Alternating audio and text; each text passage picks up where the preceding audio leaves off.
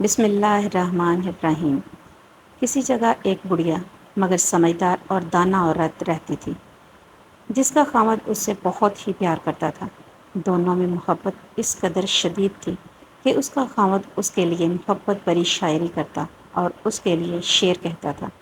عمر جتنی زیادہ ہو رہی تھی باہمی محبت اور خوشی اتنی ہی زیادہ بڑھ رہی تھی۔ جب اس عورت سے اس کی دائمی محبت اور خوشیوں بھری زندگی کا راز پوچھا گیا کہ آیا وہ ایک بہت ماہر اور اچھا کھانا پکانے والی ہے، یا وہ بہت ہی حسین و جمیل اور خوبصورت ہے، یا وہ بہت زیادہ عیالدار اور بچے پیدا کرنے والی عورت رہی ہے، یا اس محبت کا کوئی اور راز ہے، تو اس عورت نے یوں جواب دیا کہ خوشیوں بھری زندگی کے اسباب اللہ سبحانہ تعالیٰ کی ذات کے بعد خود عورت کے اپنے ہاتھوں میں ہیں۔ اگر عورت چاہے تو وہ اپنے گھر کو جنت کی چھاؤں بنا سکتی ہے، اور اگر یہی عورت چاہے تو اپنے گھر کو جہنم کی دہتی ہوئی آگ سے بھی بھر سکتی ہے۔ مت سوچئے کہ مال و دولت خوشیوں کا ایک سبب ہے۔ تاریخ کتنی مالدار عورتوں کی کہانیوں سے بڑی پڑی ہے جن کے خاوند ان کو ان کے مال متاع سمیت چھوڑ کر کنارہ کش ہو گئے، اور نہ ہی عیالدار اور بہت زیادہ بچے پیدا کرنے والی عورت ہونا کوئی خوبی ہے۔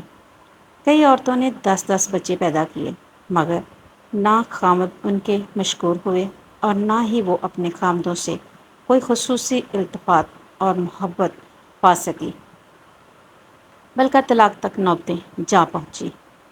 اچھے کھانا پکانا بھی کوئی خوبی نہیں ہے۔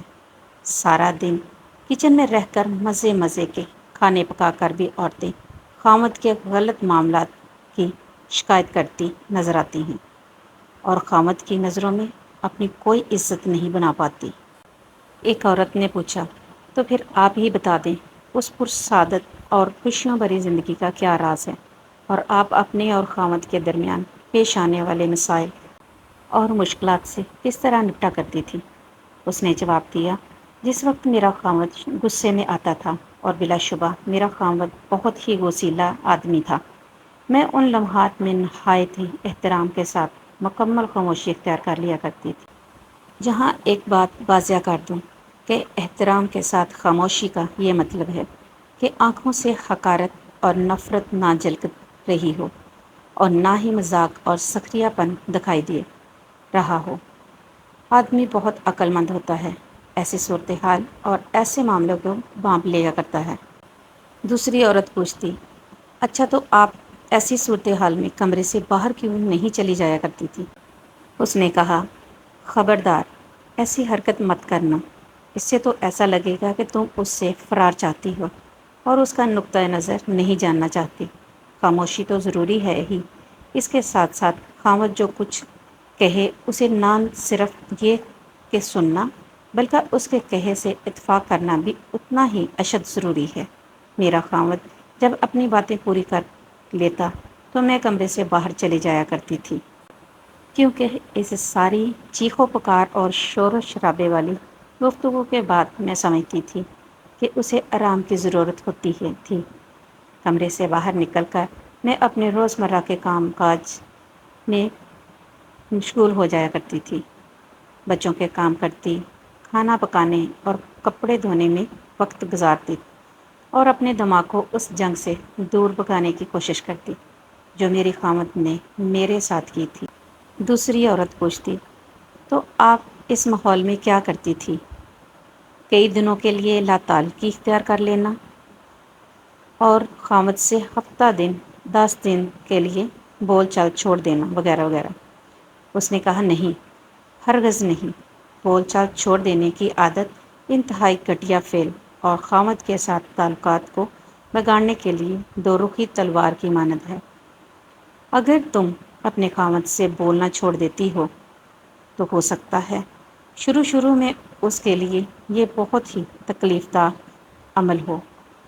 شروع میں وہ تم سے بولنا چاہے گا اور بولنے کی کوشش بھی کرے گا، لیکن جس طرح دن گزرتے جائیں گے وہ اس کا عادی ہوتا چلا جائے گا۔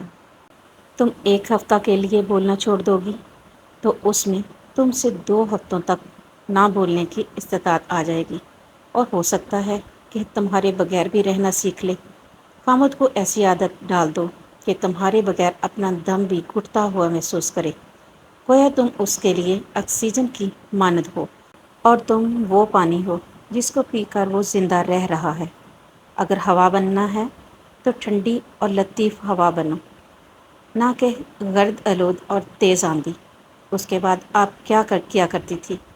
اس عورت نے کہا، میں 2 گھنٹوں کے بعد یا 2 سے کچھ زیادہ گھنٹوں کے بعد جوس کا ایک گلاس یا پھر گرم چائے کا ایک کپ بنا کر اس کے پاس جاتی اور اسے نہایت ہی سلیقے سے کہتی، لیجئے چائے پیجئے۔ مجھے یقین ہوتا تھا کہ وہ اس لمحے اس چائے یا جوس کا متمنا تھا۔ میرا یہ عمل اور اپنے خامد کے ساتھ گفتگو اس طرح ہوتی تھی کہ گویا ہمارے درمیان کوئی غصے یا لڑائی والی بات ہوئی ہی نہیں، جبکہ اب میرا خامد یہ مجھ سے اصرار کر کے بار بار پوچھتا تھا کہ کیا میں اس سے ناراض تو نہیں ہوں، جبکہ میرا ہر بار اس سے یہی جواب ہوتا تھا کہ نہیں، میں تو ہرگز ناراض نہیں ہوں۔ اس کے بعد وہ ہمیشہ اپنے درست رویے کی معذرت کرتا تھا اور مجھ سے گھنٹوں پیار بھری باتیں کرتا تھا۔ دوسری عورت نے پوچھا، تو کیا آپ اس کی ان پیار بھری باتوں پر یقین کر لیتی تھی؟ ہاں بالکل، میں ان باتوں پر بالکل یقین کرتی تھی۔ میں جاہل نہیں ہوں۔ کیا تم یہ کہنا چاہتی ہو کہ میں اپنے خامد کی ان باتوں پر تو یقین کر لوں جو وہ مجھ سے غصے میں کہہ ڈالتا تھا، اور ان باتوں پر یقین نہ کروں جو وہ مجھ پر پرسکون حالت میں کرتا تھا؟ تو پھر آپ کی عزت اور عزت نفس کہاں گئی؟ وہ عورت پوچھتی۔ کاہے کی عزت اور کون سی عزت نفس؟ کیا عزت اسی کا نام ہے؟ تم غصے میں آئے ہوئے ایک شخص کی تلخ و ترش باتوں پر تو یقین کر کے اسے اپنی عزت نفس کا مسئلہ بنا لو، مگر اس کی ان باتوں کو کوئی اہمیت نہ دو جو وہ تمہیں پیار بھرے اور پرسکون ماحول میں کہہ رہا ہے۔ میں فوراً ہی اسے غصے کی حالت میں دی ہوئی گالیوں اور تلخ و ترش باتوں کو بلا کر ان کی محبت بھری اور مفید باتوں کو غور سے سنتی تھی۔ جی ہاں، خوشگوار اور محبت بھری زندگی کا راز عورت کی عقل کے اندر موجود تو ہے، مگر یہ راز اس کی زبان سے بندھا ہوا ہے۔ امید کرتی ہوں آپ کو یہ میری کہانی اچھی لگی ہوگی۔ اگر اچھی لگی تو کمنٹس میں لازمی بتائیں اور میرے چینل کو سبسکرائب کر لیں۔ شکریہ۔